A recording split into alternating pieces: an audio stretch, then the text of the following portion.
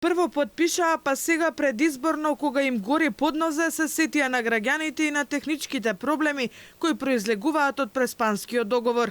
Со години не убедуваат дека тоа е нашиот билет за Европа, а во суштина поради него најголем дел од граѓаните остануваат заглавени во Македонија.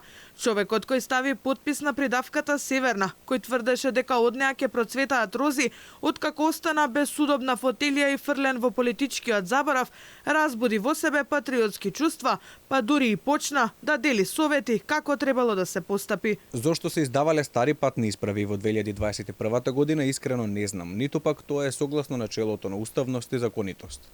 Прашањето треба да го одговори МВР.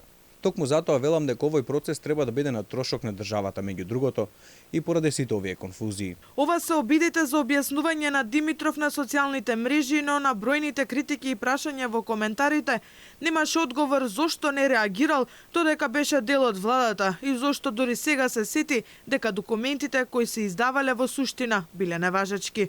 Каскавме назад, не поминаа сите држави од регионот. Си имавме мака, како што ја зборувавме со македонскиот јазик. Се шетавме, па на крај престана и да шепкаа за нас по ходниците, и за НАТО и за ЕУ.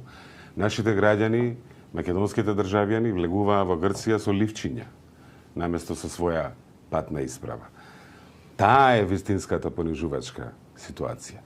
И председателот Стево Пендаровски, кој го потпиша указот за Преспанскиот договор, уставните измени, но и измените на законите за безбедност во сообраќајот и на законот за патните исправи, сега се сети дека тие предвидуваат документите да важат до денеска. Па денеска вели дека тој дал предлог уште пред 2 месеци, но нејасно е зошто не бил проследен до собранието.